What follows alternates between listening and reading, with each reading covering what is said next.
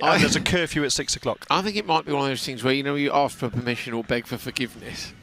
I've got a feeling that Andreas Eriksson is a beg for forgiveness person. Not really his problem, though, is it? It's a venue problem. There is that, yeah.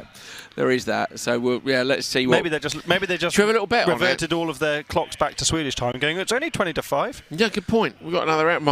If he did that, though, I'd expect us to get the whole way through Q3. That'd be great. So yeah, I'm up for that. Let's do it. Are you? Yeah. Yeah, actually, yeah, it'd be good, wouldn't it?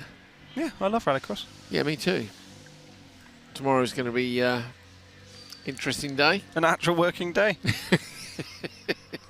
He's ripping into me because we're going to be what time? What does Q start? What Q9? Whatever's left will be at 9.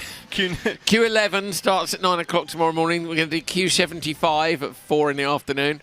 The longest single header weekend in the history of rallycross. No, because not true. Arvika 21. That was the longest single header weekend. Actually, that was a session a day. That was brilliant. Let's do more rallycross like that. 4 days work, but only an hour there a day. Mint. I think you're right that I'm maybe not cut out for the 24 hours of Le Mans. Le Mans. 10 years of rallycross has made me definitely not suitable for commentating 24-hour races. 24 hours of Le Mans. And then like, it's 4 o'clock, Howard, about 4:05. I'm like, is this nearly done yet? We've done 4 laps. Where's the Joker? I'm so over this.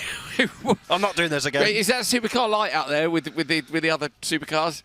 Anyway, what's in the comments, Howard? We've got a couple of minutes apparently. I'm only just opening it and fired it up. I'd have to get back to the other. Come on, there's us. It's a bit weird, isn't it? It's like looking at a delayed mirror. We have to. What are you doing? Refreshing it? No, I'm looking at the end of Q2 comments because because Q3's only just begun. Right. These bugs are no good. Thrilling television, I know, watching me and Hal slap bugs off ourselves in Finland, but that's what I'm only slapping bugs off myself. Although I have to say, it shows what good friends Victor Hansen and Simon Tiger are, doesn't it? Because while you were talking to Victor, Simon very delicately flicked a mosquito off Victor's arm, and I thought that was a very sweet thing to do. That's really cool, man. Because you don't have to do that. These things bite. The Mozzies are fine, but there's these little round bugs. But they also know all about those because of where they live, don't they? A couple of people have said they really would like to see Vigo's drone armed for tomorrow. I agree. I concur. I would love to live in Scandinavia or in Finland. Except for the mosquitoes. Yeah. And the fact it's dark for half the year. Yeah, but it's also light for half the year. I know, but the dark... It's packing in all the daytime activities, isn't it, in the whole of the summer? Like just being awake for 6 months and then sleeping for 6 months, like a bear. That'd be pretty rad, actually. Learn to hibernate would be cool, wouldn't it? That would be cool. I'd be up for that. Or if you're Victor Hansen and you can't sleep, you just all into the like wide-eyed asleep going, hybrid motors. I really wanted to ask him, what have you got in mind? Didn't you? Yeah, he was like, I wonder if we could do this. I'm like, well, do what? Like, what exactly are you... What are you planning? You stole my pen now. Yeah, Pentanon. Yeah, where's my pen? Did you punch my pig? Oi, oi. Well, getting Q3 away then late in the day here in Finland. First ever competitive rallycross event, Kymiring. Oh, what a move up the inside from... is that Manisto? Yes, I think it is. Not totally familiar with all the liveries yet, and my eyesight is failing me. But I'm pretty sure that's Manisto. Well, Stack hasn't started, so you got Yellow Manisto and Stubbrook Fredriksson. Yeah, I'm sure that's Manisto, and that's Yellow second. Fredriksson at the back. That was a brilliant move into the lead at turn 2. And the track is looking nice and smooth, isn't it? This is what we saw yesterday before free practice and the conditions that Rainis was talking about when he drove the FC1X. Yeah, loved it. Ah, there it is. Did you steal it? I didn't steal it. I took it by mistake. I knew it was yours because it's got a chewed thing on it. Yeah, it doesn't work. The button stopped working on my pen as well. I'll have to get the Ericssons to design something. Or maybe Victor instead. So it's pretty slick out there, look. There's a lot of water down. Bear in mind these guys are then going to work on the track overnight. Mixing more material, mixing more of the stuff that binds it all together, a bit more water, keep rolling it. It's a lot of work. I've got a present for you, Hal, actually. Oh dear. With me. Don't worry, it's good. Well, I think it's great. I think you'll like it too, actually. I really genuinely think you'll like it. Is it a half-eaten pear? No, that's hidden under the desk. But yeah, I'm trying to think when I could give you the present. Shall I give it to you at the end of the show today, or do you want it tomorrow? What, on air? Yeah, oh yeah, it's definitely an on-air, 100% an on-air thing. Don't worry, it's not emotional. Maybe not today. Not today. Okay, tomorrow. We'll save that for tomorrow. So if you want to see how Ridge get a present, join us tomorrow. Here's a present. And it's not a custard pie or anything as comedy as that. Imagine in this weather, sweating, covered in sun cream and bug spray. Okay, we are going to run cross-car, so I'm expecting an angry man from the council to turn up here any minute with some sort of a noise meter and shout at Andreas Eriksson. We'll just see what happens, I guess. We'll just see what happens. Will they be as angry as Peter Hellman was at the intruder drone pilot? Will it be as angry as Manisto's rev limiter at the end of the straight there for a full 8 seconds? Does Peter Hellman know he was on no, I don't think he was live on the on broadcast, TV, flying his arms around shouting at someone? in teacher mode, full teacher mode, mate. We saw you. Cannot fly this drone here. I'm from Sweden, and this is how I speak. It's not allowed to fly. It's something like that, isn't it? I mean, that's a bit better. I know it is Norwegian, but it's along those lines. I think it was a bit on the edge, really. Look at What do you think he was being mean? I think you're being mean. To Peter? To Swedes in general. Well, yeah, it's a Norwegian accent, I suppose. It's terrible, isn't it? I mean, that's a big shout as well. It wasn't really anything. No, it wasn't really. I didn't commit to it, to be honest. I was a bit worried I'd be offending too many people, so I didn't commit to the accent. Never mind. Right, here we go, the Manisto.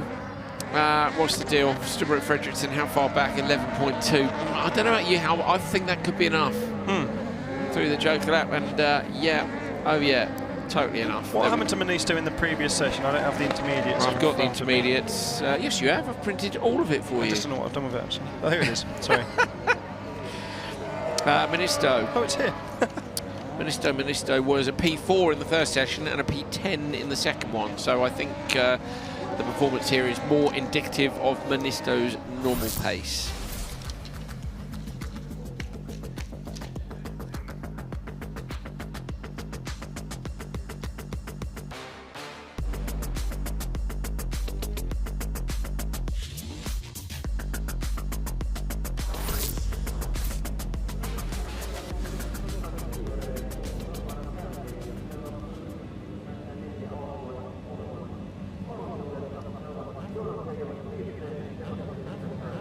Crosscar Junior Race 2 is on the line. You have on the inside Jonas Hegeland Nielsen, Sebastian Isak Centra, Minja Perlemäki and Carl Svedland. Svedland is in need of a hurry-up.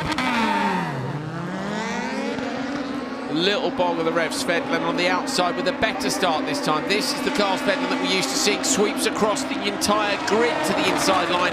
Don't leave it open. Someone will have a dive, and they do. Svedland goes from P1 to P3.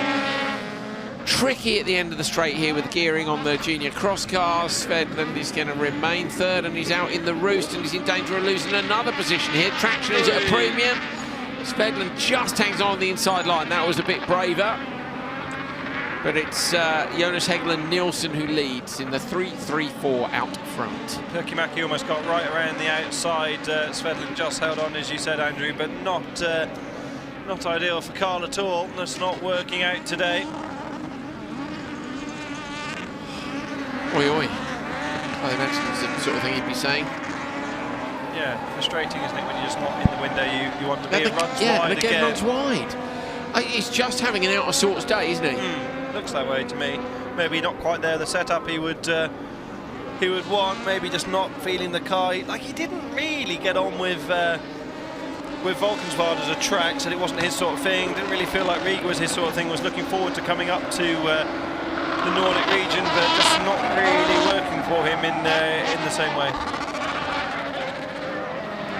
Good results though. Oh, in those events? Yeah, it doesn't mean you like the tracks. No, though, does agreed. it? Agreed. Yeah, I was going to say. Don't necessarily play to your strengths. He was looking forward to coming back up to Scandinavia and the Nordic region. I think he'd be looking forward to going back down to Holland, where he took a double win. I want him to maintain that podium record, so we'll see what happens tomorrow. He's gone Joker on the first lap to get himself out of traffic. He's etc. having another good run, just like his father has been so far this weekend.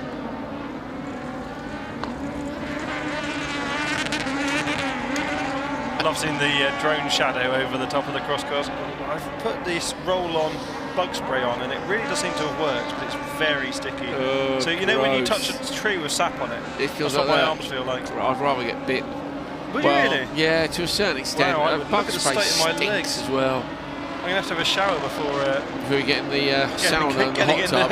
Yeah, you'd ruin the hot tub if you get in like that, mate. It'd be toxic. Well, maybe I just have to... Ooh, have it. Beautiful car control. That was really well held, wasn't it, all the way through the first couple of I really like turn 1. My favourite part of the track. Is it your favourite part of the track?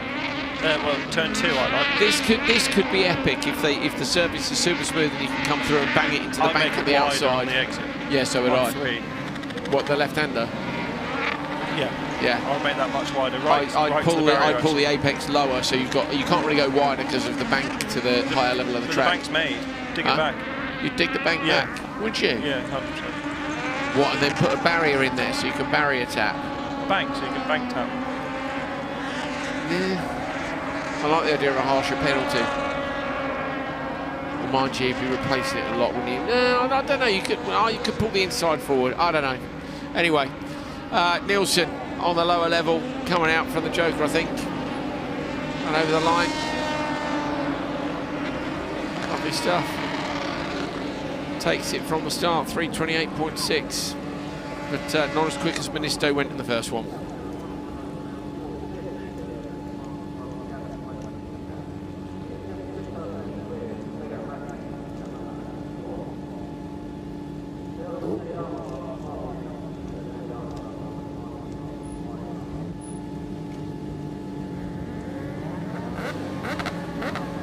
Alex Antila on the inside from Matalamäki, Hukka and Pirla.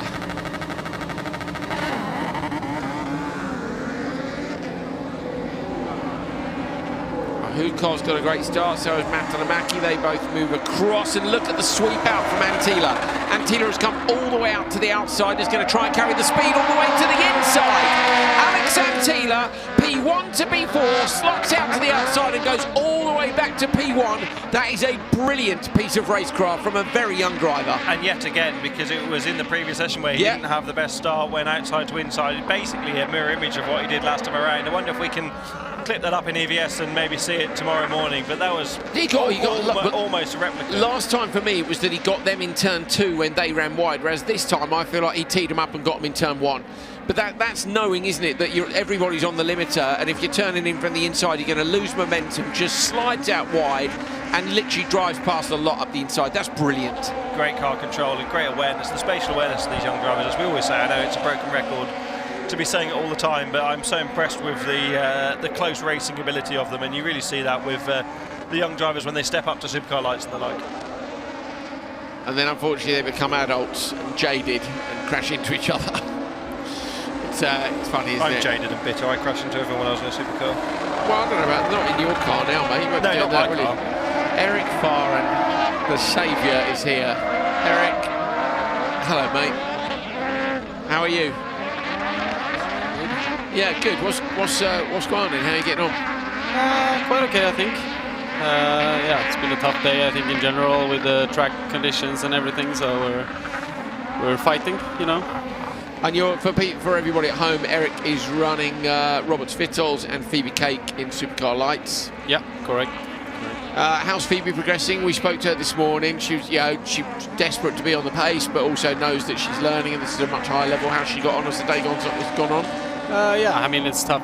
Also, it's tough conditions for everyone. But she's, like you say, she's learning. She's going faster and faster all the time. But of course, it's not only upwards. It's very tricky. So it's sometimes a lot of things happen during a race weekend, and now it's water the track. It's a lot of things happening. So it's a lot to learn, and she's like, I can see it's a lot for her, but she's very brave. It's quite overwhelming, isn't it, at 15, I think, to be faced with, learning a car, then you're learning a track. As you say, now suddenly they're facing wet track, which they haven't done ever. Yeah. It's always been the juniors that get that, but with all the extra track lanes we've got.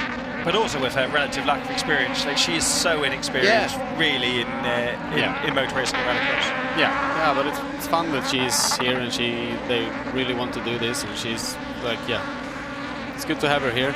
Sure, yeah. I just mean it's tough, isn't it, when you don't have those scenarios that maybe you've had in a different category to draw on it. All of this stuff is new to her, full stop, never mind trying to get on top of the lights car in this environment as well. Yeah, of course. And it's also a big task to learn everything on the race weekend, so yeah. Alex Antila goes joker on the final lap, and it is as executed as beautifully as this entire race has been. Going to easily take the fastest time here after an epic move in turn 1. Checker flag is out, Antila takes it, and it is a 3:27. So, yeah, not by as big a margin as I thought it might be. Only a second, but it'll do.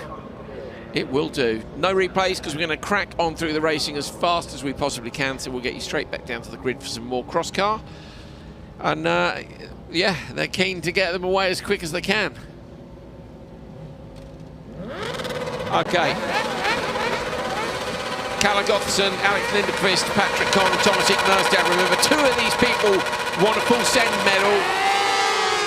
Alex for his brilliant send earlier in the year in Holland, and Thomas Ekmerstad for rolling in turn 1. Ekmerstad comes from the outside to the inside of the grid. He needs a good result to drag himself back up on the outside, coming all the way across, but I think looking at the cutback and couldn't get in there as Patrick Conn ends up getting mugged and hung out to dry on the outside line. So it's whole shot for Ekmerstad and Lindqvist in behind. It must be those medals, Hal. Such is the quality in RallyX cross car. This could be the last race, couldn't it? This could be fastest first, given how many of the good drivers are in here. Thomas Ekmerstad, I don't know if you saw it, Eric. He ran into the rear of Jonathan Ulalami, I think, and rolled the car in the last one. In the first corner. Smashed it down the gears, drove off, and it was only because the front left was hanging off that he had to stop. Yeah. So he said my front left had left the chat, didn't he? Which I thought was a great way to put it. Yeah, good to see. Good to see. Conn goes into the joker. That triggers Gotherson not to.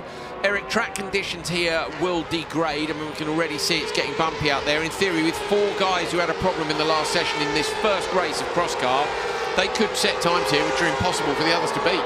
Yeah, could be. You never really know when it's like this. It's changing all the time, but generally when you prepare, it's getting worse. So at this point, like you say, if you had a bad Q2 for them, then this could be a way to fight back, to be early out.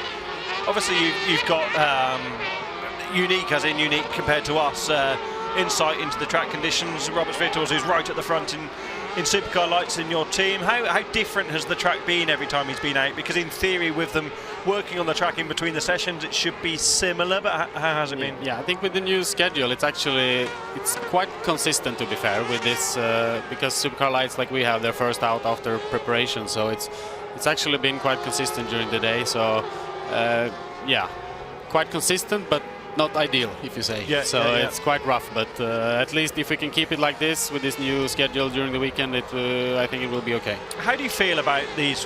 Okay, where we're at the moment with the track isn't ideal, is it? We've gone through to the base layer. There's a lot of stone being brought up, and it's very difficult for the track guys to manage. But I don't dislike an evolving track as a concept. Remember Hong Kong a few years ago in the World Championship, where lots of the drivers were not very pleased. And I remember your colleague Timmy Hansen was actually really enjoying it because he enjoyed the challenge of driving on a rallycross track that was changing all the time. It's a difficult balance, isn't it? Because you don't want Riga every week, but at the same time, this is too far. You need to find a happy medium. Yeah, it's always the balance when it's fair, and I don't think as long as the track is okay like this, people enjoy driving on it, and it's not too bad for anything really. But I think what annoys people is when it gets unfair, if it's like one heat is this and then the next heat. And that's why they've had to stay on top of the track maintenance as best they can. Let's see what the target time is going to be. I think it's going to be the quickest time of the weekend in cross. No, it's not. It's going to be just shy of it. Over the line, Ekmerstad goes 307.9. So Q1 was a 309.7, Q2 was a 306.4. So the track is somewhere in the middle of that window, which suggests that could be the session-winning time. And but really, I mean, that's exactly what he needed, though, isn't it? Yeah. To get back up with that DNF in Q2. Yeah, where overall he was in P16, and he needs. There will be 3. But it's also useless being at the back of a semi not when with there's 3. Not with the levels. It's good. Eric, we'll get this one underway, and then I want to talk setup with you a little bit. Terrapin, Penttinen, Zavarskis, Kiel and Muru. middle of the grid. Brilliant start by Zavarsky's again, going to try and move across on the inside line. Got the legs on them as well. So this is Matas Zavarsky's with the whole shot into turn 1 in the background sideways. Tanel Terrapin got a little bit too deep and wide. And he's got a not run deep in turn 2. Zavarsky's held on there as well for the whole shot. Nicely done. Eric, on Latvia last time, you couldn't get a flatter, other than the jump, flatter, smoother rallycross track with hard-packed gravel that doesn't change that much. And then you come here and the track is varying massively from session to session. Just give the guys at home a rough idea of the setting changes that you would make to a supercar lights machine to cope with it. Yeah, I mean, that's one thing we always need to stay on top of what's happening, and like everyone is watching all the time, see what's happening with the track to be ahead of the problem, if you say. But I mean, of course, yeah, you need to adapt the setup to first of all be able to handle the ruts and everything, so the car doesn't break. I think that's when the track gets to this state, then that's priority one. And then of course also performance to get the car comfortable for the driver. It's not comfortable for anyone to drive through these ruts like they do, but if you can help the driver to get a car that handles it well, then I think that will give lap time in the end. So consistency then, like yeah, when you say comfort, I mean, I know what you mean about being comfortable over the bumps, but I guess predictable and consistent. Yeah, exactly. If you have a car that you trust fully, then okay, it ruts and it's throwing the car left and right, but as long as you have full trust in it, then it's easier at least. Not never easy, but it's never easy. No. Oh, issue for Terpering, who was pulled off the left-hand side of the circuit, and that was very reminiscent. This is a British Championship reference, but of Steve Hill when he had a problem a few years ago at Croft and was trying to get off the circuit. Julian Gopi went round the outside and had a massive accident, having collected the side of the car. Yeah. And yeah, sometimes when you've lost drive, you just don't know where to go to best get out of the way, and there's another problem there. Is that Zavarsky's? For Zavarsky's, yes. Who was leading. Zavarsky's dropping down the order. When Joker happened, he's dropping down the order. Maybe went Joker because he knew he had a problem. So now you've got Kiel in the 91 that you're looking at, flaming out of the back. And this is another one of these P-Tech Extremes, and Marku Muru. And here we'll see the example from the front. Muru's got the spoiler back on again now. So clearly they feel like that the spoiler's better to have. They, for reference, Eric, they've got this enormous spoiler, and they took it off Marku Muru's car last time around, or it fell off. I'm assuming they took it off, and clearly well, yeah, because you said the side plates were on the side of the chassis, weren't they? I love that, even playing with aero. So maybe the feeling was they took it off for aero on the straight. That's what we were thinking. Yeah, was that maybe it was for drag, and then perhaps they've gone, you know what? When he got to the first corner and went, whoa, yeah, so I need some more rear grip. I'm going to lose more time here than it's worth. The 1/10 of a second on the straight. I'll have the grip in the corners, please.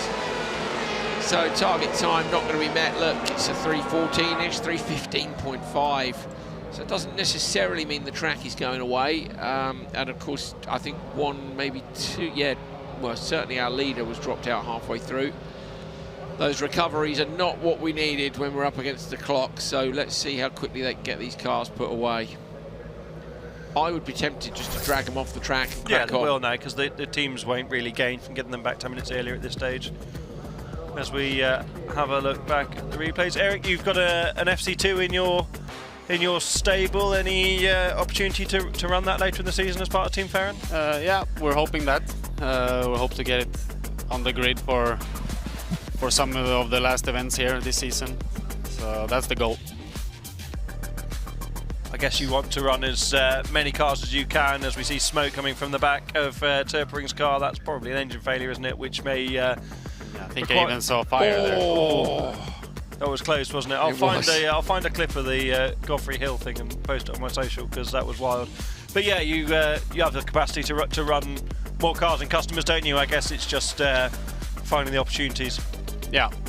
Now we see. I think the FC2 has been quite on the pace here and quite competitive, so that should be. It's a big step forward, I think, to be fair, isn't it? I know we're advocates of it anyway, but being in the championship, the lap time down, hasn't it? Big time. So competitive now. Yeah, and even this, there's still with gear ratios and stuff. We haven't played much with the FC2, so there's more to do, of course, to match the supercar. So I think it's. I think when it's you a good see step. here the end of the straight, the fact they're on the limiter, you start thinking, okay, you could maybe get a little bit more legs in it. Yeah. I know first is quite short, isn't it? It's only a paddock gear, really. Yeah.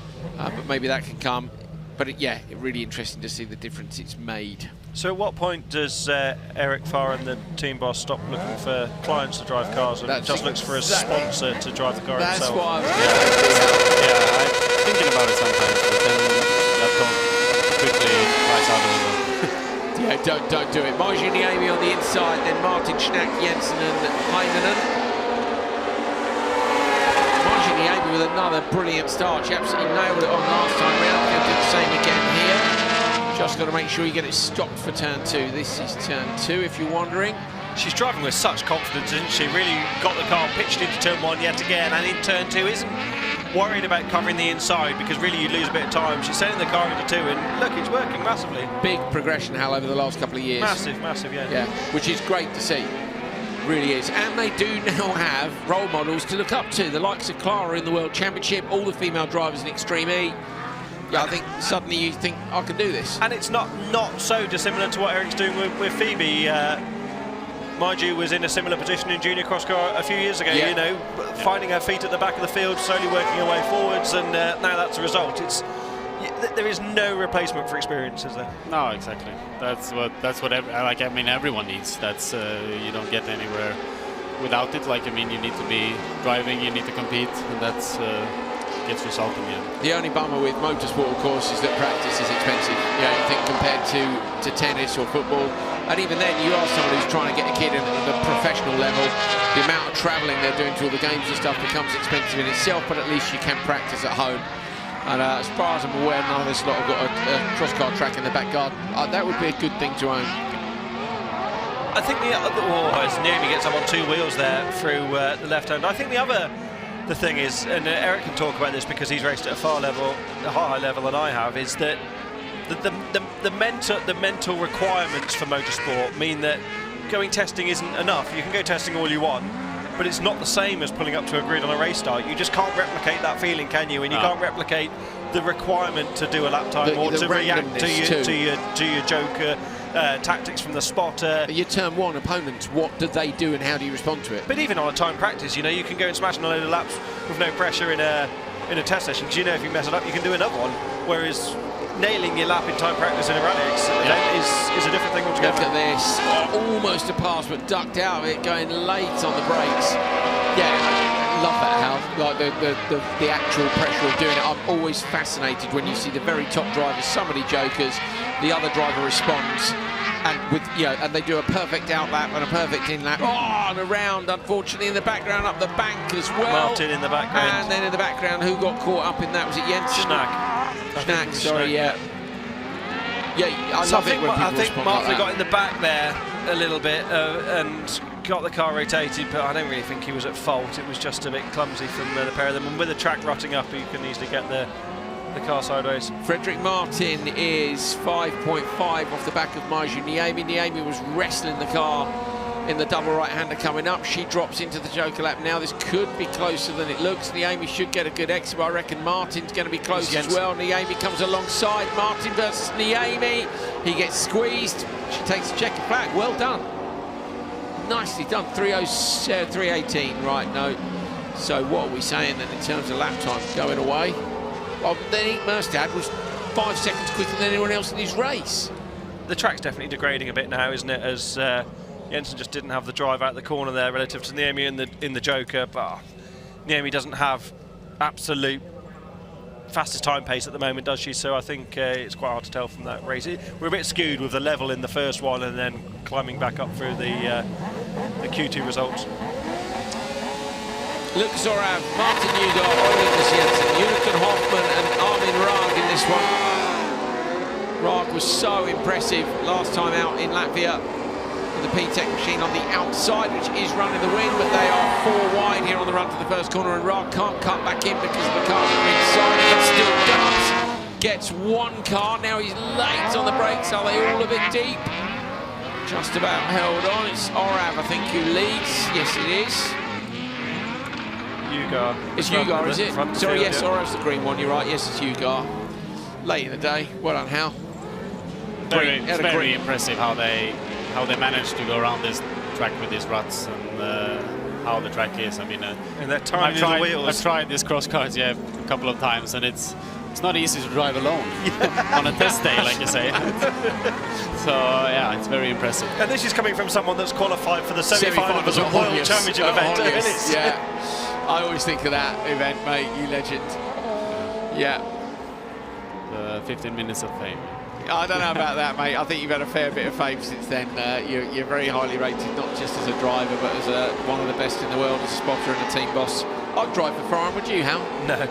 No? No, the cake's not good enough. I'd be too fat. The arrogant mate, you go on some sort of terrible fitness regime. Can't you? More press-ups. How is life in the Vitals camp, a new driver you're working with this year? We talked in the pre-show about Roberts. Obviously, it's not quite straightforward for him here, coming to a new track compared to Riga, but he's doing a pretty good job. Yeah, I think he's on the pace. He's there. It's just now he almost got Lucas on the start on the straight down turn 1, but I think it's track position more than anything. Yeah, it's of course we had a magic event in Riga at home. You can't really expect to have that kind of results for 2 days in every weekend, but yeah, I think he's up there. He's still doing a really good job. It's more track position and not to say unlucky, but I think it's there. I mean, not every weekend is just straightforward. I actually think it's a really nice time for you to be working together, because I know you both separately, and you're not necessarily at a similar stage of your careers, but you're an experienced team owner. He's a pretty experienced driver who's done lots of different things, nearly won the British Championship in Supercar, for example. Yeah. So he also must know that you can't win every weekend, and he doesn't have that. It's not fire, is it? But he doesn't have that desperation to try and do that all the time. So you can work well together to manage the weekends. Is that fair? Yeah. I would agree. Yeah, he's very. I mean, he's still young, but he has quite a lot of experience, and it's very. Yeah, he feels like he has more experience than he actually he feels older than he is, if I say. Yes, if it makes sense. Like he's very head screwed on, or how you say. Yeah, absolutely. Yeah. So. Ugar coming through. Let's see how the target time's looking. Going to be a lot closer this time round, but not close enough. A 10 or 11 maybe. Maybe a 12. It is a 3:12.5, so that slots him into P2 ahead of Lindequist. It's always a 12 when you guess. Yeah, so Hal guessed a 12 early. He guessed the lap time. Time his script was down. He guessed, and he was right to within 0.2 of a second, which was really annoying. Right, we're nearly done for today, so we'll get these studio lights on in a minute. We've got one last cross-car race to do. Cerner, Isak Center, 3, Nilsson and Yillalami. Look at the speed the nose comes up off the line as everybody reacts to those lights. Romet, Cerner's got a good start, but Yillalami's going to try for all the way around the outside. Yillalami backs it in just a little bit to turn 1. Vettel 3 is down in P2, just in behind him, but then gets run deep at the corner as Cerner goes up the inside line, so Cerner into P2, Vettel 3 gets P3, but it is Jonathan Yillalami who leads. Yet again with a comfortable lead out front this halfway through the opening lap. This is the Yillalami we saw in junior cross car so often, and winning in senior cross car when he stepped up and Eric, he's swapped cars for this weekend in the JC squad. He wasn't a Kazmat, now he's in a speed car wonder, and sometimes, as we've been pontificating over, sometimes it's not even the switch of car or the switch of something physical, it's just a mindset shift. If it's not working for you and you make a big change, it changes the outcome, and clearly Yillalami, especially in those first corner battles, is driving very well indeed. Yeah, it can give a little better feeling to go on the race, even like you say, maybe the other car is even the same, you can get the same lap times, but still just a better feeling. There's an English saying that is a change is good as a rest, and sometimes you just need to change something up, don't you, to make a difference. Cerner is also going with the race leader at the moment. The track is definitely rutting up, running right to the outside of the circuit over the jump in the middle of the lap. Cerner, who was in the studio with us just before, talking about how comfortably, look at the car bouncing around right to the barrier on the outside. They're really getting picked up by the ruts now. You're a bit of a passenger there, Eric, and hoping it lands the right way. Yeah, like I said, I would have been off the track many times Me there. too. Yeah. And it's not so simple in a rear-wheel drive car either, is it? Because you can't just keep your foot buried on the throttle and hope it goes the right way. You can't stay in the light pedal as much as we watch Cerner into the Joker. Nice, neat and tidy through the first part. Again, the car gets spat sideways right to the bank on the outside. This is a big push from the Estonian driver. Yilalami, what's the gap now? 4.5 It was closing visibly closing in the previous sector of the previous lap, but the ruts are massive towards the end of the loop, as you'll see Andrew next time around. Here we go, then Turner through the left. Yilalami leads. Turner is leaving no inch of the track unexplored, is he, with this one? Desperate to win, isn't he, based on what he said to us in the studio. This is where we were watching last time. Look at the car. Don't quite see it from this shot in the same way. Here it is. This is the double right-hander here. This is the rough section for me. Not now, but as they come over the crest, I think that's, yeah, there it is. That's been the part of the track all day. Yilalami's going to drop into the Joker on this one. Let's see if we can see the merge as Romet Cerner comes up into the standard lap. Here is Cerner on the inside line. Yilalami's got this, I reckon, but Cerner might get the car straightened out and away quickly. Yilalami's on the throttle. Cerner too. Romet Cerner's going to take it. Is he? No. Yilalami just holds on with the checker flag. Is it going to be a quicker time? No, it isn't. So the session is won by Thomas Merstad, who rolled in the previous qualifying session and tried to keep going. We gave him a full set medal for that.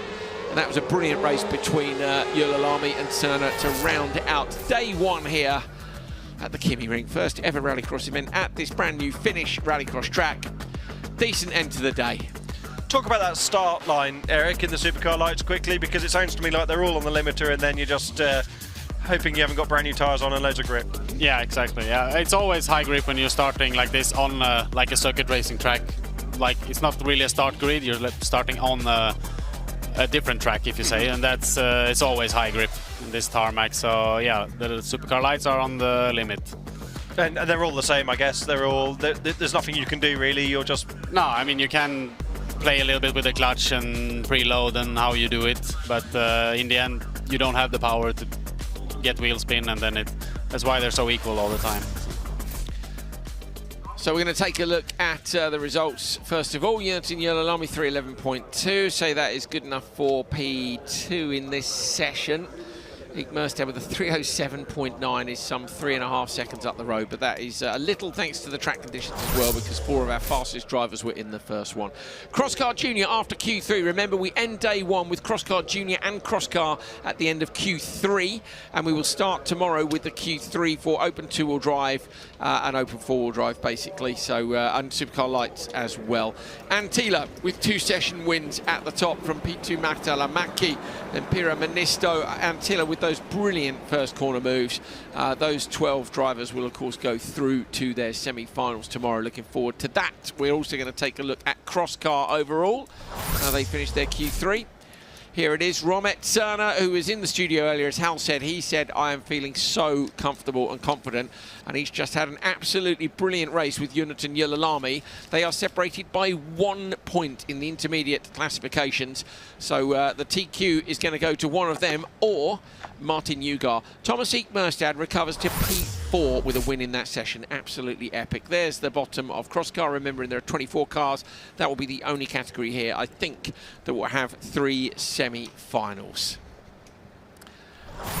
Thank you for staying with us today. I know it's been an unusual one, obviously, with all the track repairs and everything. A big thanks to the team in Stockholm. Also, massive thanks to everybody here, the track crews, everybody from Kymiring, everybody from RallyX, who's worked really, really hard to make sure you guys get some racing at home. So we hope you have enjoyed it. Shop.rallyx.se. There were 70 of the special Kymiring edition T-shirts, which you can go and buy. Hal Ridge, thank you, mate. Good job.